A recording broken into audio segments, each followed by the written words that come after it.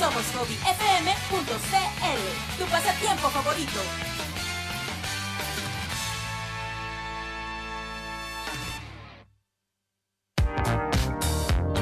hobbyfm.cl es un medio radial de difusión digital enfocado a la entretención e información, y desde una mirada pluralista trabajamos en el mundo de las comunicaciones. Si tienes una empresa o pyme, este es el lugar perfecto para dar a conocer tu producto. ¿Necesitas posicionamiento como marca? ¿Quieres difusión profesional de tu empresa o pyme? Tranquilo, nosotros lo hacemos por ti a un precio ideal. Contamos con profesionales altamente calificados para hacer que tu producto tenga la difusión que merece.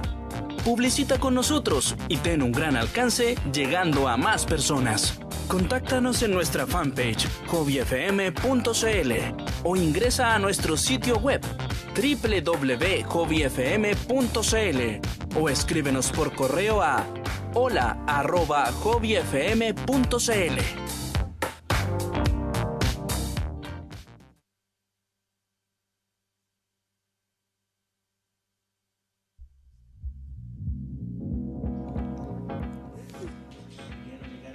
Al Emiliano le carga el Vaporwave. Eso es lo chistoso, que a mí no me carga el Vaporwave. Lo que sucede es que compartir una persona 24/7 que ama el Vaporwave hace odiarlo. No, yo creo que compartir con una persona que pone la misma playlist de 10 canciones 24 horas durante una semana te hace odiar cualquier tipo de música. Sí. Créeme, por un momento casi odio a Bowie. No se puede no se puede odiar a Bowie. No, sí sé que no, pero de verdad que he llegado a odiar gorilas o cosas así. Por eso nuestro colega Carlos no está acá. Lo cercenamos. No, mentira. Estos son Letras Dispersas. Ella es Jacqueline Herrera, ensayista. Emiliano Navarrete, editor. La ausencia de Carlos, que está en su trabajo. Uh-huh. Y el día de hoy va a estar dedicado a uno de los autores chilenos top ventas, uno de los más polémicos. Top. Muy top. Y que curiosamente no lo avisamos para no generar displicencias, porque siempre hablamos de autores muertos. La primera vez que hablamos de un autor que está vivo. Uh-huh. Hablamos de Jorge Baradit. Pero no vamos a hablar de su obra más problemática, que es de la historia de... Historia secreta de Chile. De Chile, claro. Sino que vamos a hablar de lo que primero conocimos de Baradit, que es la ucronía. Sí. O la ciencia... o por decirlo así, una ciencia ficción bien genial que hay sobre él. Sí, para entender a Jorge Baradit hay que entender el contexto de la ciencia ficción chilena, que siempre aparece en olas muy acotadas de tiempo. Existen expositores muy prominentes que han sido traducidos y que han sido estudiados en muchas universidades, tanto en Chile como en el extranjero, que es como la época dorada, entre la década del 50 y el 60. Estamos hablando de Hugo Correa y estamos hablando de Elena Aldunate. Uh-huh. Pronto van a haber programas dedicados a ellos por separado. Sí, es que Elena Aldunate realmente me dio mucha lata no haberla leído en la enseñanza media. O sea, ya junto con la que vamos a hablar la próxima semana. Sí, vamos a hablar de María Luisa Bombal. Y Nadia Mel Altit, creo que son las tres mujeres fuertes de la narrativa. Así como, ¿por qué no están ahí? Falta la cuarta persona, el presente, Nona Fernández. Oh, sí. Pero... Ella, si fuese hombre, sería muy famosa. Oh, sí me decías desgraciadamente. Eso. Claro. O sea, El laberinto de Alicia, Los archivos del Cardinal, Space Invaders, Chilean Electric. La lista es muy larga. Liceo de niñas. Pero bueno, tenemos esta oleada de la época dorada de la ciencia ficción, donde aparecen los premios Nebula, aparecen los distintos reconocimientos en revistas y universidades y eventos donde le dan un espacio a la literatura de ciencia ficción. En los 70 y 80 esta tendencia se vuelve tímida, aparece una antología a principios de los 90 de Murphy, los nuevos cuentos de ciencia ficción chilena. Claro, pero es que en los 70 y 90, en los 70, 60 incluso, estaba toda esta ola de publicaciones muy ideologizadas y muy en pro de una situación específica. Entonces había como un rescate muy intenso del americanismo. Ahora, yo igual propongo dentro de toda una relectura de algunas partes de ciencia ficción, como lo del Altit, lo que te hablaba de que podría haber sido Cyberpunk Altit, o incluso Donoso. Donoso puede ser entendido como una forma, porque es fantasía, pero no nos gusta entender a Donoso como fantasía. Donoso es donosiano. Claro, es Donoso donosiano y es como ¿por qué no? Pues eso. Como dice Midori Gale, Donoso huele a aceite quemado, a petróleo y a todas las cosas que te hacen vomitar de lo intensa que es su prosa. Y a José Luis boldo. Flores Huele a aceite quemado en el mismo cuarto donde cocinas boldo para los pulmones. Eso es Donoso, ¿cachai? José Luis Flores es uno de mis artistas estrellas, Las Bestias, Las Miradas, La Máquina de Hacer Ángeles, Basilisco. También es muy bebedor de esa tradición. Uno de los pocos chilenos que no le hace asco hacer una novela infantil que hable de abuso sexual, que hable de fanatismo religioso. Y no desde un punto de vista educativo. No. Porque esa cuestión de que el final feliz y el arco... Pero sí, para eso existen transnacionales españolas muy buenas que hacen un excelente trabajo. Exactamente. Y muchos de mis autores también trabajan ahí, entonces existe el lugar. No es el mío. Claro. 90 aparece en esta antología y comienza a aparecer Internet. Así como Internet, aparecen los chats grupales, los foros, IRC, ICQ.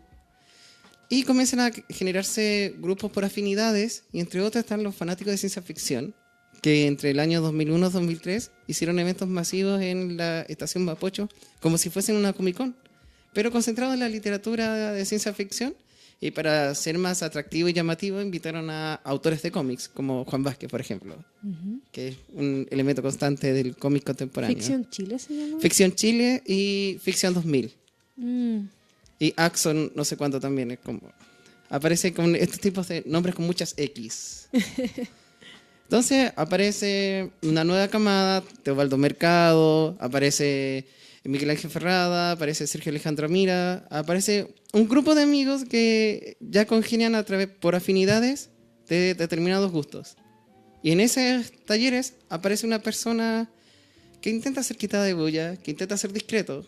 Estamos hablando de un cantante que era un cantante punk, que es un diseñador gráfico. La modestia y la capacidad de pasar desapercibido es muy difícil en ese oficio por su formación intelectual. Aparece Jorge Baradit tomando apuntes, escribiendo, sugiriendo, pero siempre en la banca.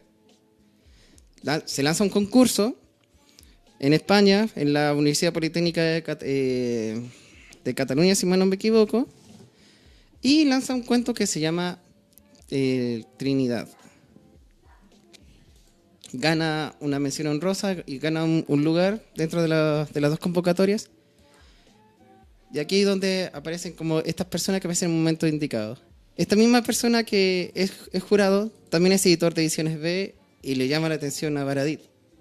Lo contactan para publicar este librito en una versión color tierra, que es Yggdrasil. Es como una mezcla de Duna con Evangelion en un galpón mexicano.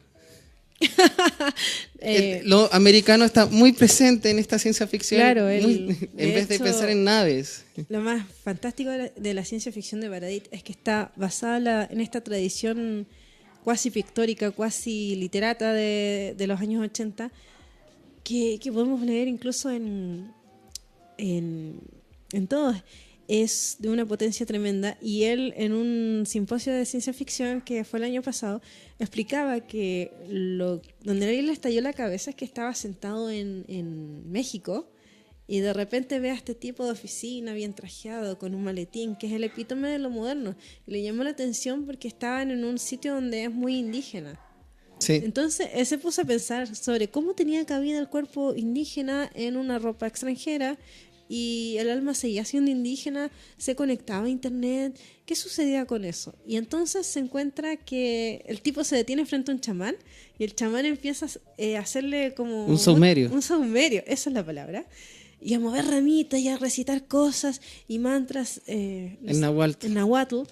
Y él quedó fascinado porque entendió que la ciencia ficción, desde Latinoamérica, tiene que hablar de ese lenguaje de lo indígena y conectarlo con esta brutal tecnologización que le quita al cuerpo toda posibilidad de ser lo que había sido hasta ese momento, y tomar ese lenguaje y reconvertirlo a un lenguaje mediado.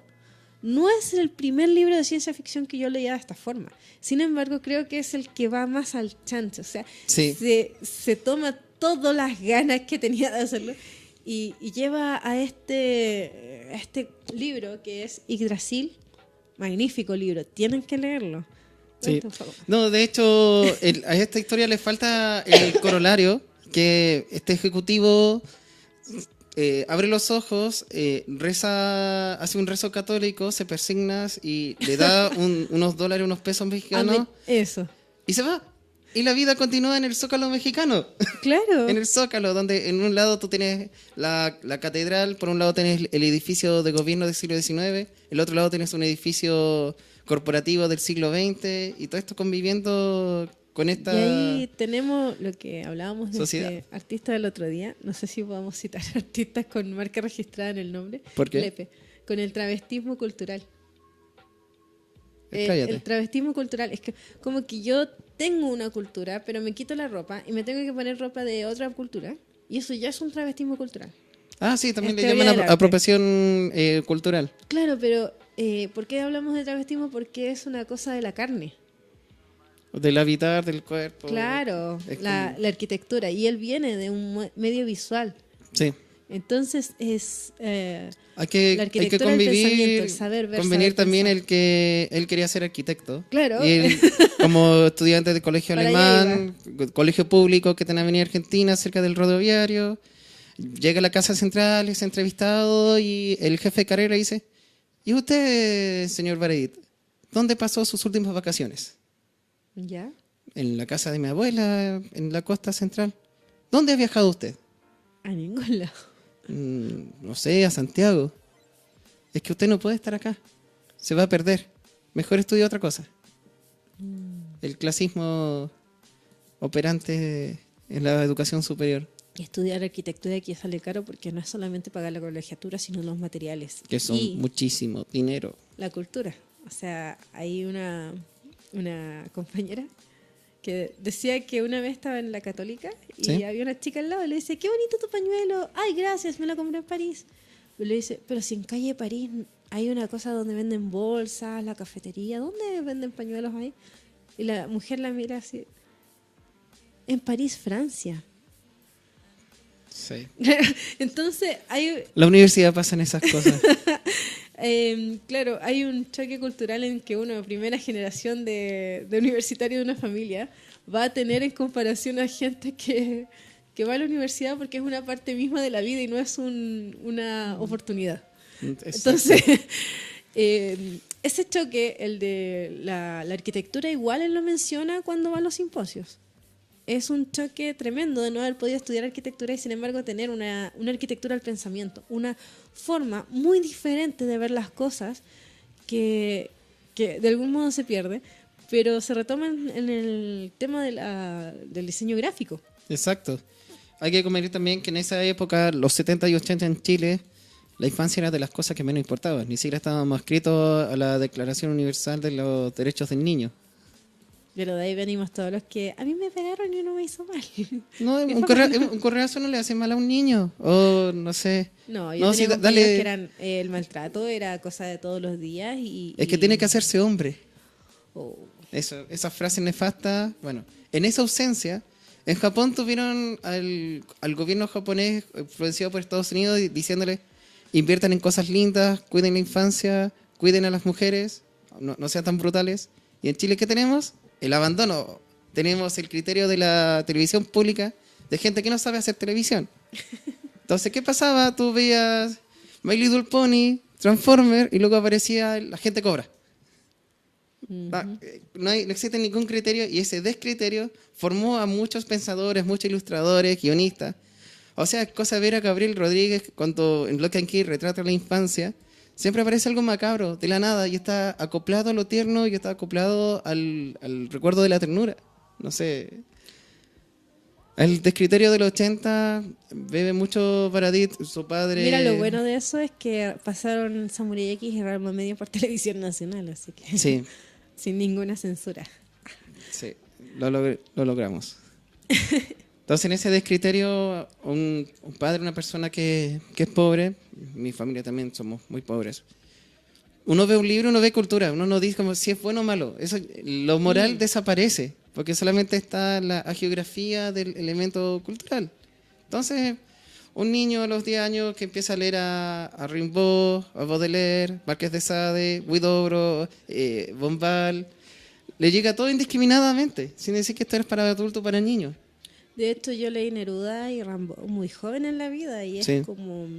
Solamente lo entendí después cuando leí Get a los 17, no, antes, a los 14 años, ahí entendí muchas cosas. ¿Leíste Werther o Fausto? Ambas.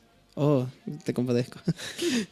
No leí de esa... O sea, Fausto es fabuloso, pero Mira, joven debo admitir Werther. que mi flojera, no era flojera, no había libros disponibles. Los libros eran de estos de azulitos y rojos, los de las colecciones de... Los de la arcilla, que Arcilla, son eso. colecciones de 40, 50 libros que venían junto con la revista. Cumplieron una función ideológica muy buena. Las bondades de la constitución de Pinochet junto con la política de Aristóteles. Eran traducciones que no eran pagadas, así que eran bastante malas. O sea, al pobre traductor no le pagaron esos derechos. Porque Pero eran de está auspiciado por la 1900 y algo. Chile y Viña Santa Carolina. Y la DECO. Tú las abres y se despedazan, porque la materialidad de ese libro es horrenda. Bueno, en esas traducciones En pésimas esa, sí. se pierde Get. Pero de verdad, si pueden tener una traducción decente, yo sé que es más caro, pero las bibliotecas públicas son gratis, léanse una buena traducción de Get. De Rimbaud hay una traducción bilingüe de Neruda y son súper accesibles. Neruda tiene mucha influencia de Rimbaud. Y de hecho, todos los escritores después tienen influencia de Rimbaud. O sea, es Sí. imposible hablar de literatura chilena. Todos se han fascinado con Rimbaud. Todos se han enamorado de ese Gabriela Mistral pobre. igual, así que... Sí, hasta Gabriela, no. Gabriela tiene su Rimbaud por ahí. Pero Bueno, volvamos a Yggdrasil. ¿Qué es lo que hace diferente a Yggdrasil de los otros? uno es su formación intelectual, dos es su socialización, porque si bien es parte del grupo, pero no está en el grupo.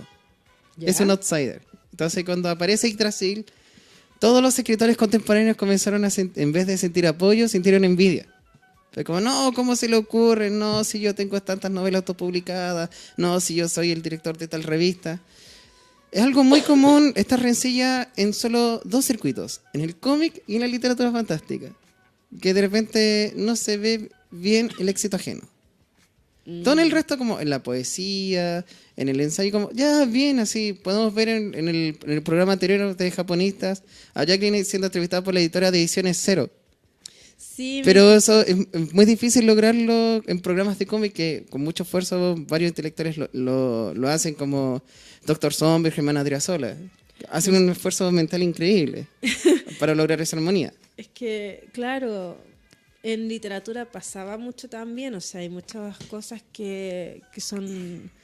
Pero tienen que ver más bien el ego y la disfunción chilena, que es más individualista, también producto del tema del abandono. Muy poco trabajo en grupo. Aquí hay muy poca institucionalidad del vamos todos. Sí. Bueno, esta es una introducción para el descriterio y la destrucción mental de todos ustedes. Esta sección vamos a tener solamente a un artista musical, un proyectista gráfico, a un músico de la lógica del mashup y del copyleft que yo amo y que está como en el cielo de las estrellas musicales chilenas. ¿Ya? DJ Fracaso, la canción dedicada para Yggdrasil, primer corte de Letras Dispersas.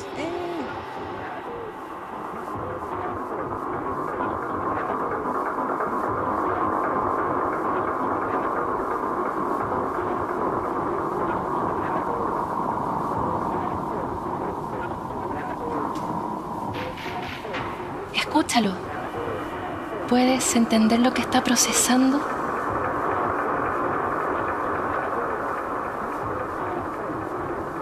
Yo sí.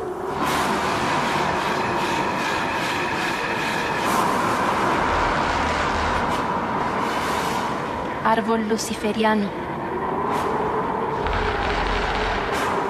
Un sueño real. Cuidadosamente desplazado desde el inconsciente a nuestro mundo.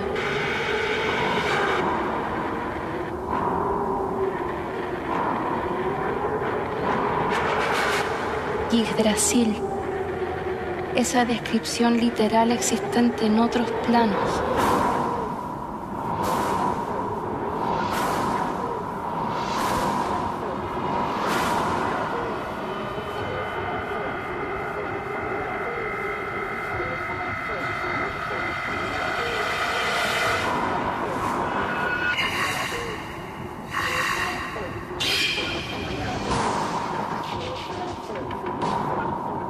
toda su tecnología es y será en alguno de sus estómagos.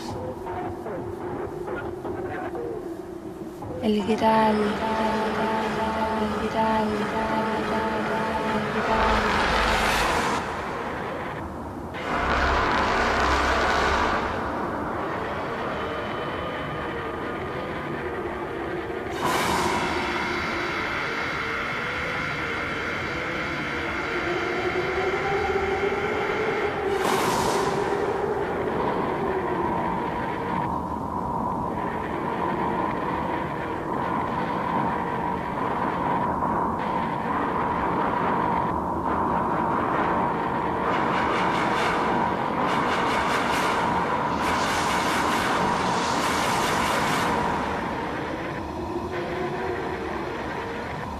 Matías Rodríguez, el vidente. Encontraron un tercer hemisferio cerebral en su autopsia. Eso le permitía conectarse.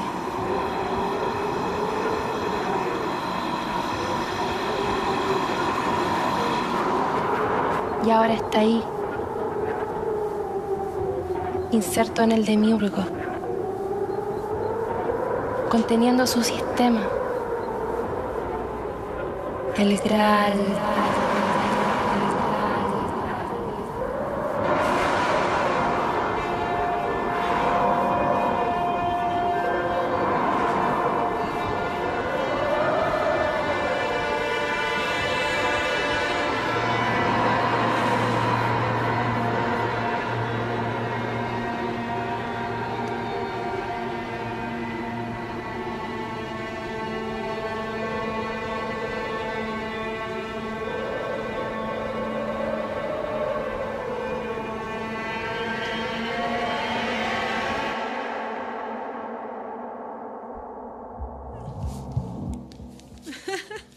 Hola, ya estamos de vuelta aquí en Letras Dispersas. Entre otras cosas, quería hacer un anuncio mientras Emiliano busca todavía el fragmento que queríamos leerles de Yggdrasil, de que mañana es el lanzamiento de la gran Midori Gale. Ella lanza el cuarto tomo de Archimago, la mejor saga de ciencia ficción en Chile. No, es fantasía. Ah, perdón, fantasía. Porque la mejor saga es Ruido Blanco, de José Luis Flores. Ah, sí, la mejor saga. La encontré. Fantasía. Ah, ya. Loading. Yggdrasil Loaded. Yggdrasil es el árbol del espanto. Wotan, el más alto dios de los germanos, colgó de este árbol durante 9 noches. Le arrancaron un ojo y fue atravesado por una lanza. Después del martirio le vinieron entregadas las runas. Flavio Josefo comenta en un falso profeta judío que relacionaba el árbol del bien y del mal con la madera de la cruz de Jesús, el curandero nazareno.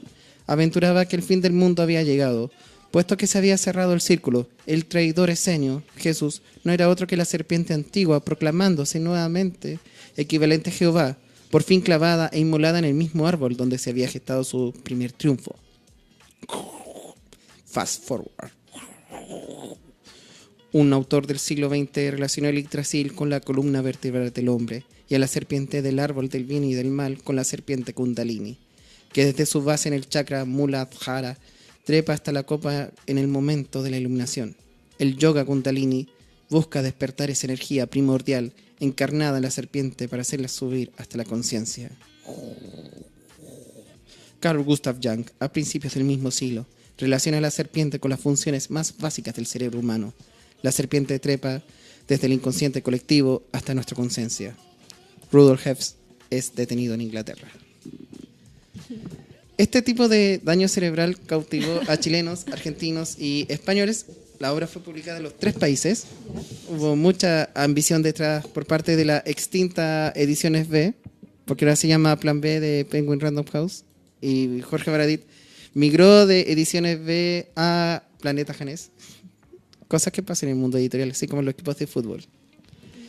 Entonces, tenemos un público nuevo cautivador. El lanzamiento de Yggdrasil vinieron 20 personas.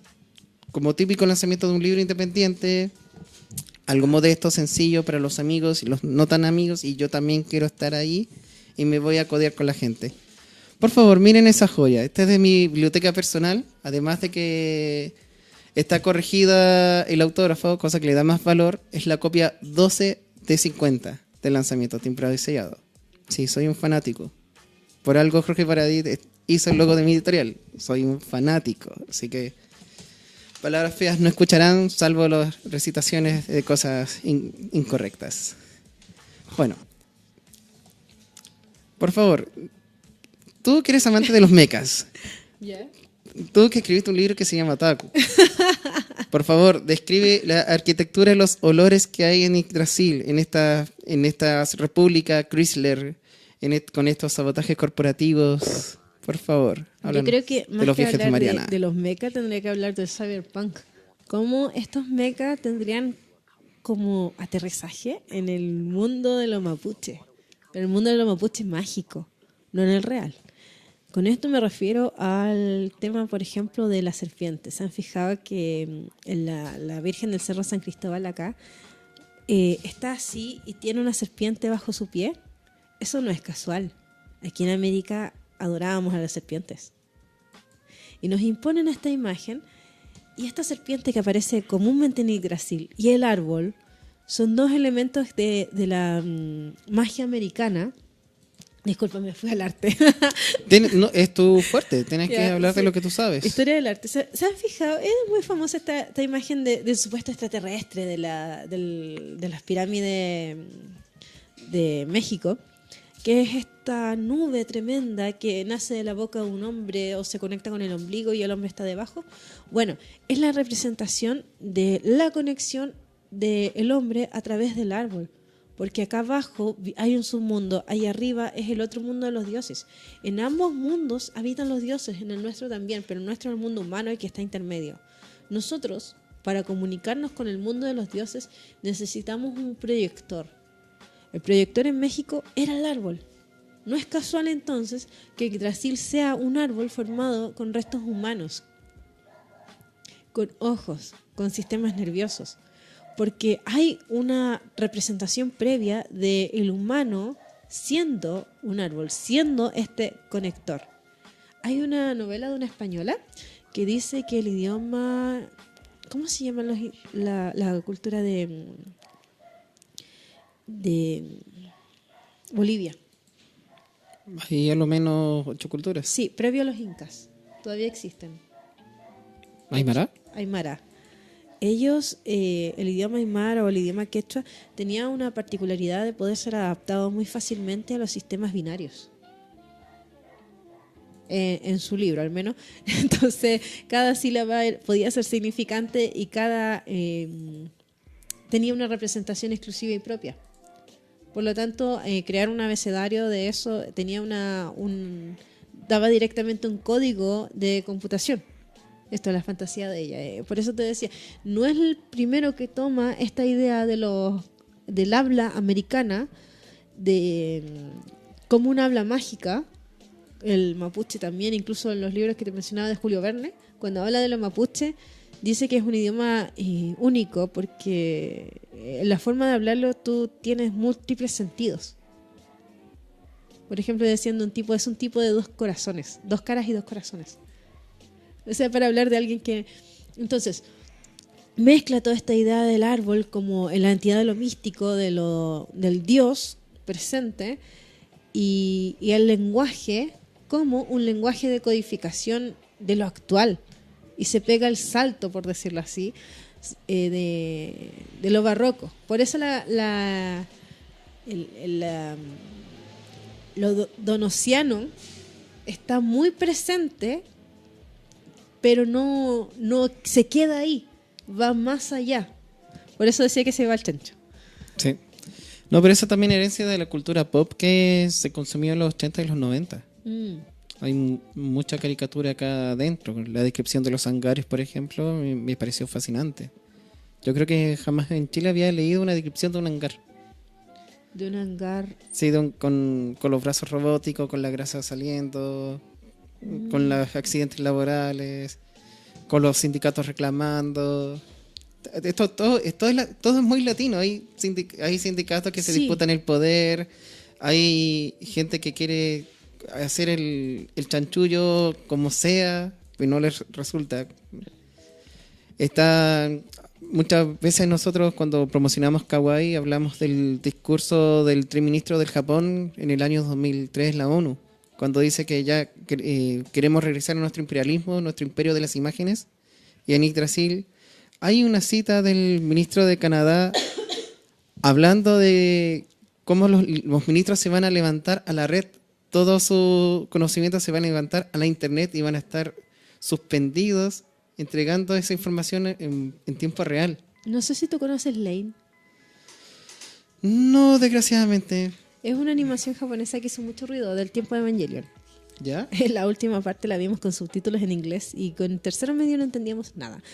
Pero habla de esta chica que conoce al dios de la internet y encontraron una Acá está forma la de cita. quedarse conscientes dentro de la internet. Oh. Y fue como el primer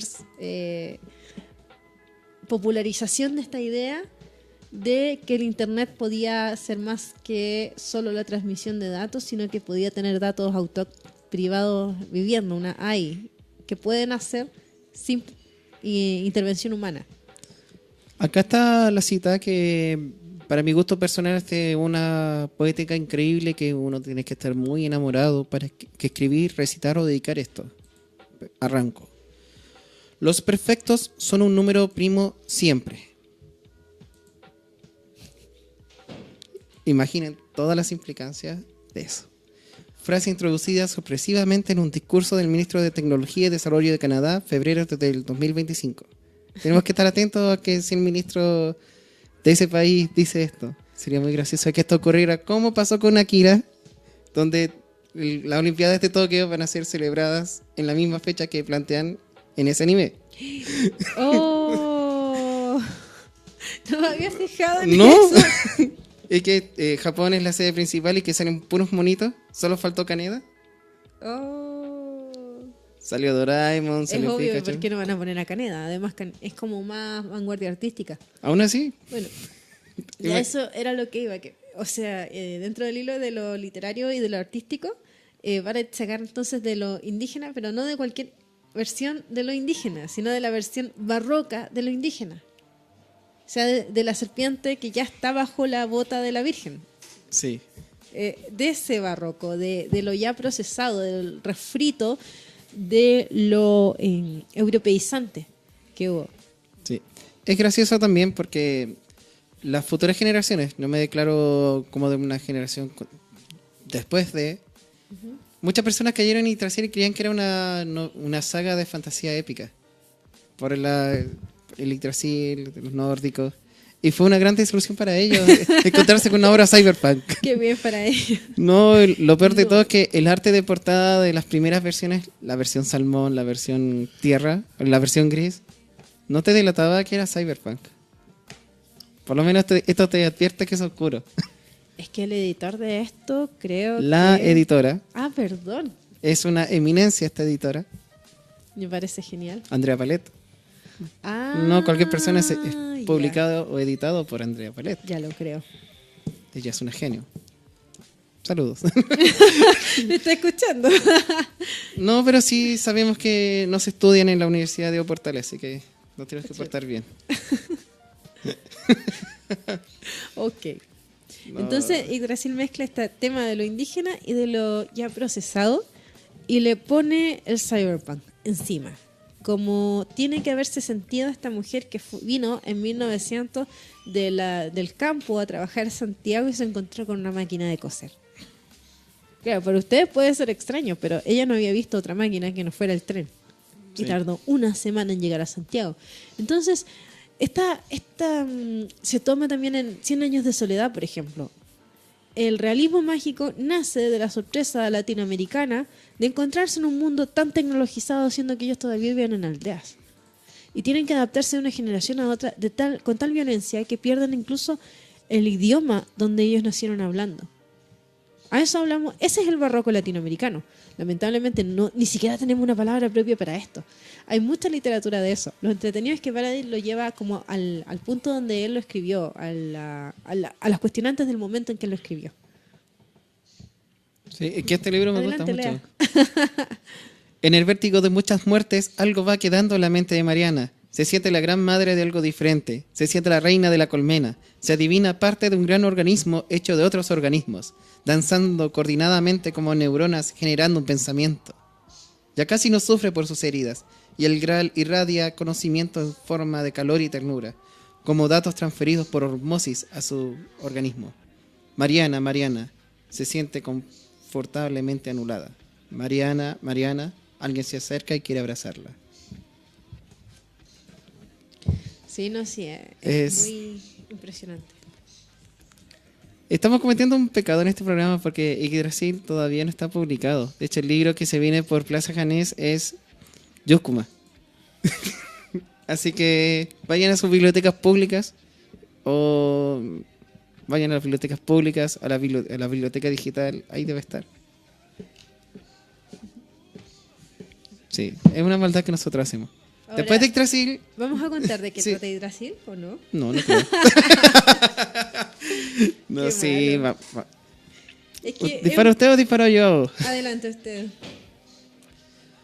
Mariana es una drogadicta que vive en los suburbios, que es amarrada, enclaustrada y amarrada con es una cables. asesina a sueldo.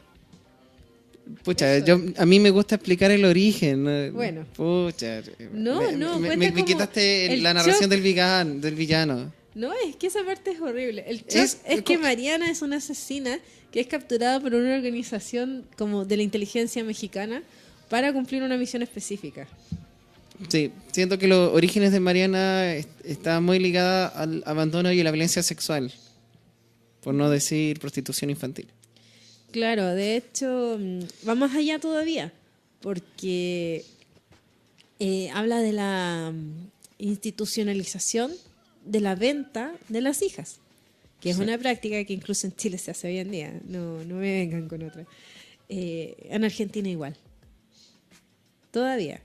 Entonces, Más cerca del micrófono. ¿verdad? No, dale.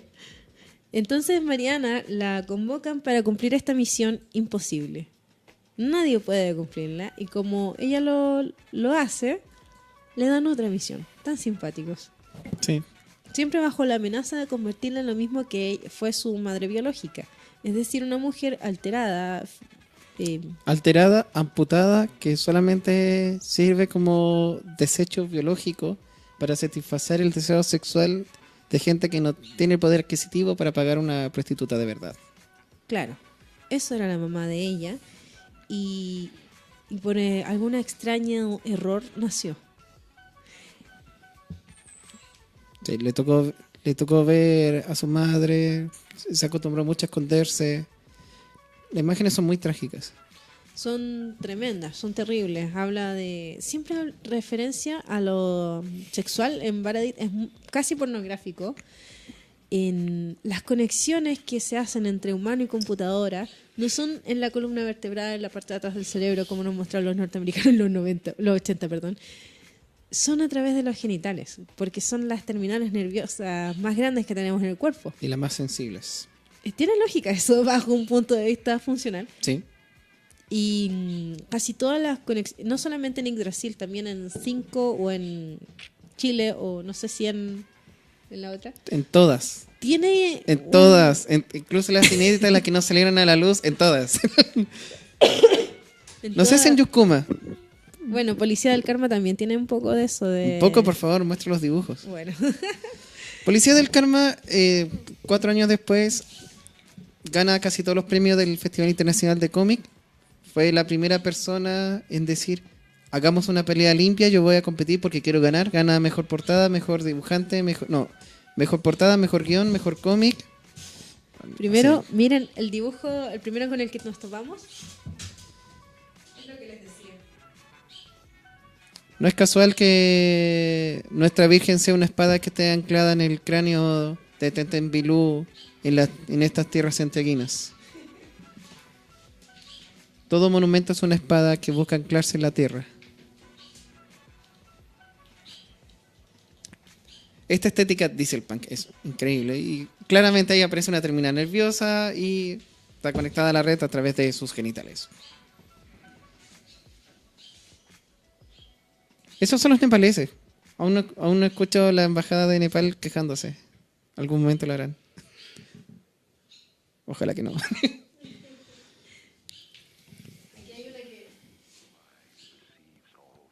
Esta es una herejía. No es cualquier cuerpo. Es nuestro santo Alberto Hurtado.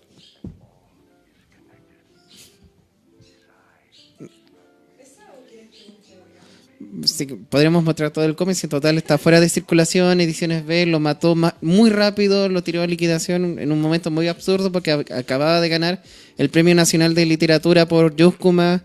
Estaba saliendo en los medios como La Segunda y TVN. Me parece una estupidez por parte del editor. Entonces salió de circulación muy rápido, se fue a remate muy rápido, pero el lanzamiento fue apoteósico. O sea, tuvo cosplay de Comandante Proxy, que es como este alter ego de Jorge que viaja en el tiempo y da órdenes y comanda la policía del karma. Muestra la acción, muestra el final, como la ciudad cuando raptan a la niña, así como... No, sí, es brutal esto. ¿Por qué estamos compartiendo este cómic? Porque no existe. O sea, quisiera decir, vayan a la sala más 18 de la Biblioteca de Santiago, pero no está. Podría decir descargo de internet, pero tampoco está. Bueno, menos que Carlos lo pueda hacer, pero no sé si tenga alguna posibilidad. No sé. Va a depender de su habilidad de robarme cosas en la biblioteca. Siempre se ve como los militares uniformados que todos se ven iguales. Pero en realidad, en las unidades de elite, el individualismo se nota mucho. Es como ver CSI, como ver NCIS o ver toda esta serie de policías. Y tú te das cuenta que la persona más capaz es la que más desordenada se viste. En NCIS es la gótica. En CSI es el jefe que tiene un peinado raro. En Tarantino suele ser la persona que usa la corbata de una forma muy llamativa o que colecciona lentes. Esa individualidad existe en el ámbito marcial y existe en el ámbito policial, por muy uniformados que sean. O sea, por algo todavía la teniente Tamara es recordada. La tipa que dio una patada a una manifestante y le provocó un aborto. Y ya no se ve como cualquier carabinera. Sí, brutalidad policíaca. No, lo peor de todo fue la respuesta de la gente. Siempre olvido lo que dice la gente. Qué bueno. Sí. Dijeron que qué tenía que andar haciendo una mujer en una protesta. Sí, ¿para qué? Pues sí, que marche el hombre no más. Así como en las cavernas. Como si alguna matar marcha mamut. hubiera existido una marcha sin mujeres. Bien. Sí. Los felicito. Sí, Como dices tú, me encanta ese dicho. Cuando Martin Luther King dijo, porfis, dejen de matarnos. La gente de color también somos seres humanos, sí. A mí me gusta la versión de José de San Martín. Españoles, porfis, abandonen esta colonia porque queremos ser libres. Nunca ocurre así. Pero bueno, volviendo a Baradit, él habla de esta violencia física con mucho... Lo describe muchísimo. Y eso en parte se basa en la literatura de la nueva carne, pero esta vez llevada al contexto chileno. Esto lo pueden leer en Daniel Altit, Vaca Sagrada, que lamentablemente creo que tampoco está en bibliotecas públicas, pero debiera estar. Pídanlo, así lo reimprimen. Sí, ¿no es publicada por Planeta? Actualmente puede ser, sí, parece que sí. Sí, que es de la misma colección del MB. Me quedé con el tren. Bueno, el Planeta rescató al MB. O sea, hicieron no sé cuánta reimpresión sin avisarle al finado extinto. Pobre Albacea. Lo malo es que desde que fue contratado por Planeta, el humor cambió en el MB, según sus amigos. ¿Cómo el humor? El humor. Él era muy dicharachero, muy pícaro. Y de repente se convirtió en amargado. Es que eso pasa con un editor encima. Ah, a mí no me pasa, ya que soy editora, así que da lo mismo. El segundo corte de Letras Dispersas, ella es Jacqueline Herrera, ensayista, Emiliano Navarrete, ilustrador, sí, claro. No, el editor, que trabaja con muchos ilustradores. DJ Fracaso, ojalá esta vez esté sincronizado. Gracias.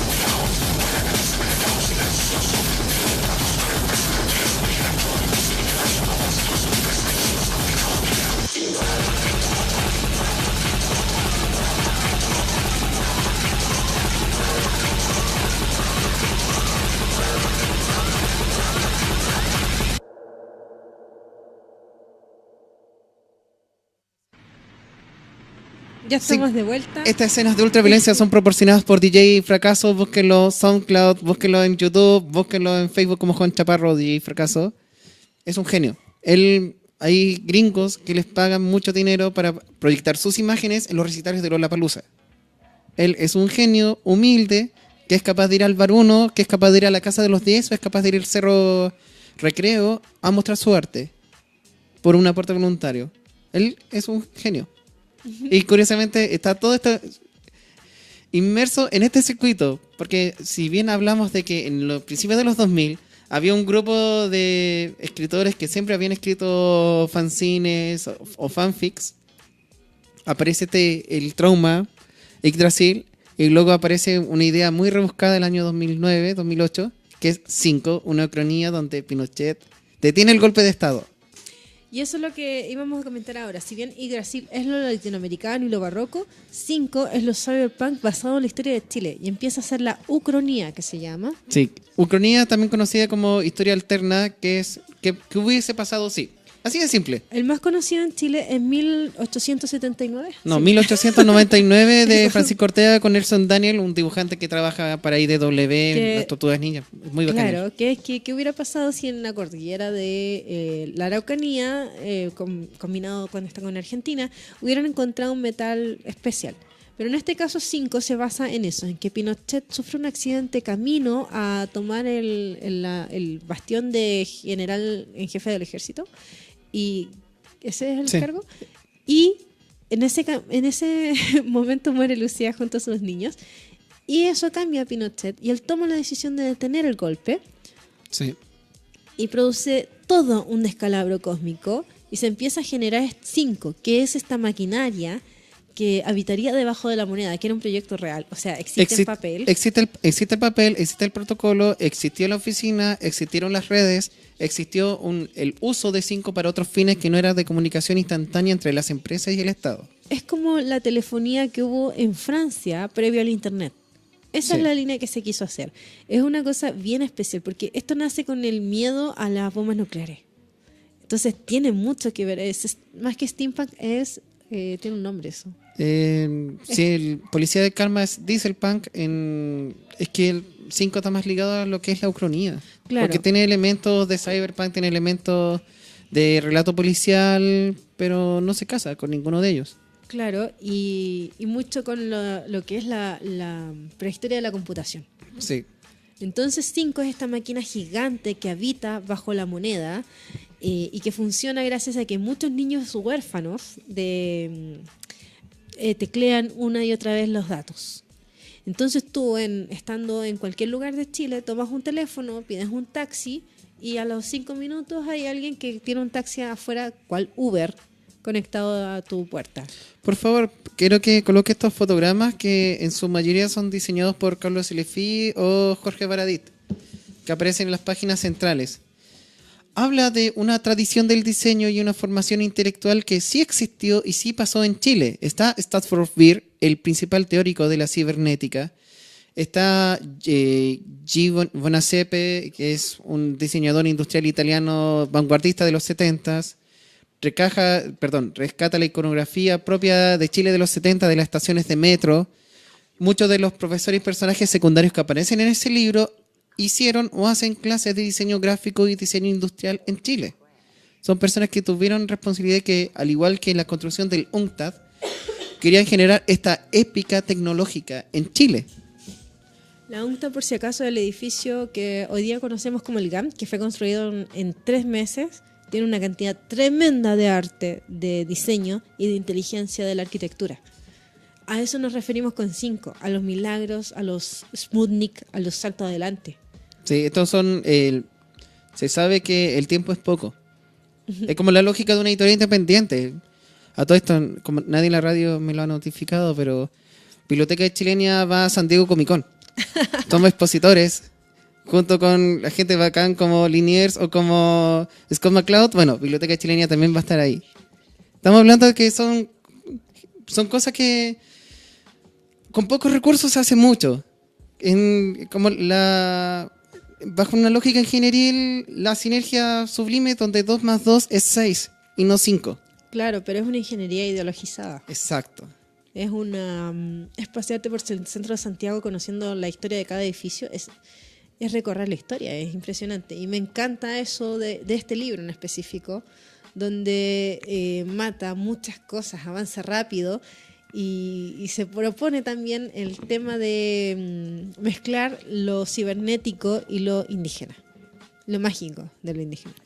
Sí, aquí lo que me da mucha risa es que aparecen muchas personas del mundo real de este momento de la historia. Altamirano. No, estoy hablando que incluso aparece Nicolás López, el director de cine aparece acá, infiltrado.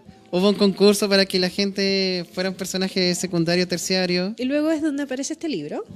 Este libro cambia toda la lógica de lo que nosotros estamos acostumbrados a antología de ciencia ficción. Antiguamente era como, me caes bien, me caes mal, te publico o no te publico. Acá asumen lo antojadizo de una antología y convocan a gente que cada quien admira. Aparece Tito Matamala, que es algo muy extraño. Aquí está Baradit, Bizama, Ortega, Wilson. Son 4 nombres influyentes de las letras chilenas en el presente. Baradit, Historia Secreta de Chile. Francisco Ortega, Logia. Álvaro Bizama, la dirección de la Escuela de Literatura Creativa de la UDP. Mike Wilson, que hace clases de lingüística y literatura inglesa en la Universidad Católica, que hace investigaciones que además, cada libro que él saca como ártico, como leñador, te vuela la cabeza.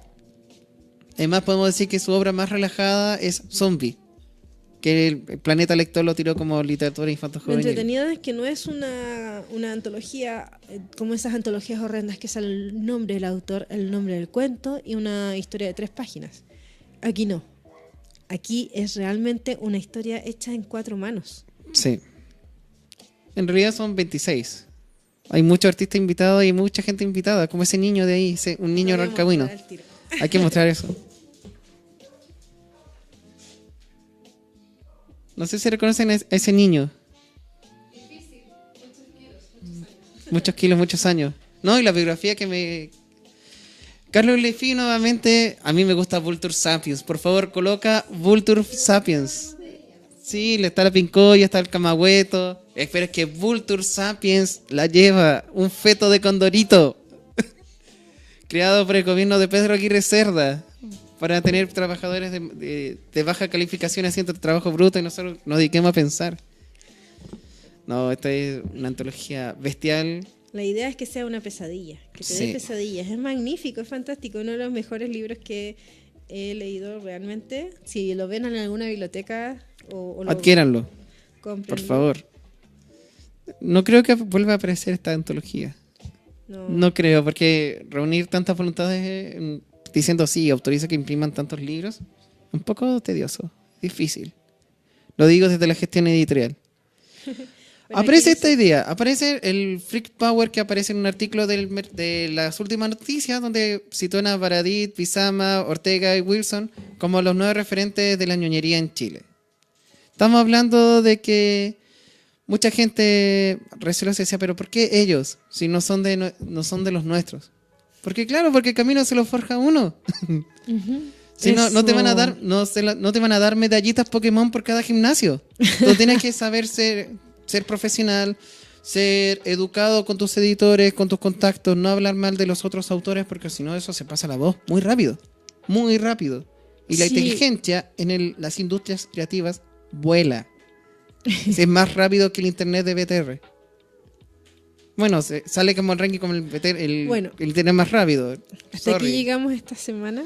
¿No vamos a hablar de qué pasó después? No vamos a hablar de... Nos acabó el tiempo. No, nos quedan 5 minutos. Pero si no hay otro programa después. Ya, dígame. Hay que colonizar con los espacios, Lebensraum y esas cosas. Está bien, cuéntame. Ya. ¿Qué pasó después de Chile? Comienzan a aparecer la literatura 2.0. Los vlogs. Aparece Chilenio Crónicas de la República, aparece Fantasía Austral, aparece Chile del Terror, aparece una serie de camadas de artistas de distintas ciudades y de distintas disciplinas para escribir y hacer algo que nos convoque en común: terror, fantasía, ucronía, ciencia ficción. Y es a partir de ahí que cada quien se profesionaliza. Chile del Terror se convierte en una antología de una editorial sureña, Fantasía Austral se dedican a la academia, hacen clases en la universidad, Chilenia se convierte en Biblioteca de Chilenia, en la editorial que viaja por todo Chile y ahora Estados Unidos. Guaja. Entonces, claro, estos son hitos importantes dentro de la creación artística y esto es el presente. Ujú. Por eso que quisimos dedicar un espacio a Jorge Baradit, porque más allá de que no, es que tu visión es muy sobreideologizada de la historia de Chile, por favor, las fuerzas militares han sido deliberantes desde la independencia. Y llevamos 100 años desde que se dieron cuenta que la historia es imposible separar de la ideología. Entonces, O sea, por eso es importante dedicar. Busquen La Guerra Interior si quieren buscar cuentos de Jorge Baradit, La Conquista Mágica, que es una historia muy Yggdrasil hermosa. creo que fue reeditado. Yggdrasil está en proceso de reedición, no sé si Yo qué lo va a vi en pasar. la librería. Y no un ¿Yggdra- precio... Yggdrasil? Sí, no. ¿Segura?